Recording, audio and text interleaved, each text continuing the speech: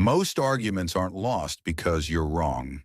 They're lost because you let the other person control the frame. You felt this. You start explaining, they interrupt, you get emotional, and suddenly you're defending your entire character instead of the topic. In this video, I'll show you one simple line that can flip almost any argument in seconds, plus the psychology behind why it works. And stay to the end, because I'll show you the two situations where you should not use it or it will backfire. Here's the dark psychology part. Most people don't argue to find truth. They argue to protect status. So the moment they feel embarrassed, cornered, or exposed, their brain stops listening and starts attacking.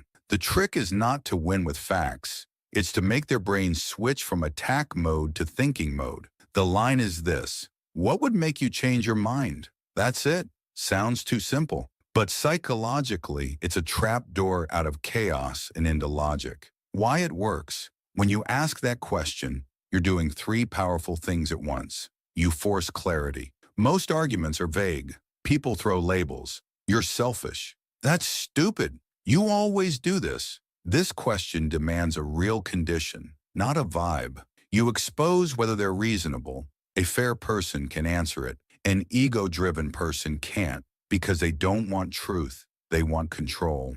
You take the steering wheel without raising your voice. The person asking questions leads the direction. The person defending follows. Now let's bring it to life. Scene 1. A coworker says, "Your plan won't work." You don't defend. You say, "Okay, what would make you change your mind? Is it cost, timing, or risk?" Now they must choose a category. The fight becomes a problem. Scene 2. A friend says, "You never make time for me." Instead of listing everything you've done, you say, "I hear you. What would make you feel valued? More calls, planned hangouts, or quicker replies?" Now it's not guilt, it's a request. Scene 3. A family member says, "You're being disrespectful." You say, "What would I need to do differently for you to feel respected?" You just turned a personal attack into a standard. Midway reminder: subscribe to Quiz Catalyst for psychology that helps you decode people and handle real-life situations without drama. Now, this is where most people mess it up. They ask the question, and then they keep talking. Don't. Ask it, then pause.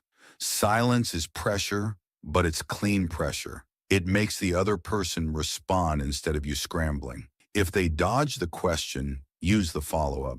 Is there anything that would change your mind, or are you decided no matter what? That one line exposes the game politely. If they answer with something specific, you win, because now you can solve one thing. Example: they say, "Show me numbers." You say, "Fair. If I show you the data, are you open to revisiting this?" Now you've created a clear agreement. If they answer with something impossible, you also win, because you just discovered the real problem. Example: nothing would change my mind. Translation: I'm not here to talk, I'm here to win. At that point, don't argue harder. Switch strategies. Got it? Then we're not having a discussion, we're having a competition. I'm not doing that. And you stop feeding it. Here are the two times you should not use this line.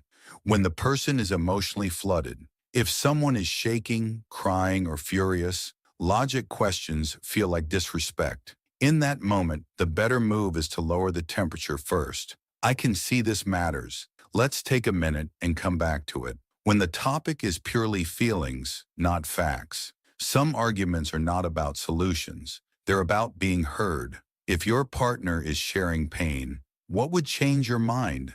can sound cold. Use it only after validation. "I get why you feel that. What would help you feel safe with me?" One last rule: never argue with labels. If they say selfish or lazy, don't debate the word. Ask for the standard. What specific behavior are you talking about? Labels create heat. Specifics create solutions. Final truth: winning an argument instantly isn't about a perfect comeback. It's about setting rules for the conversation. Try it once this week. The next time someone attacks your point, don't defend. Ask, "What would make you change your mind?" Then pause, comment, frame if you want part 2, 3-sentence templates that shut down gaslighting, guilt trips, and moving the goalpost arguments. without being rude.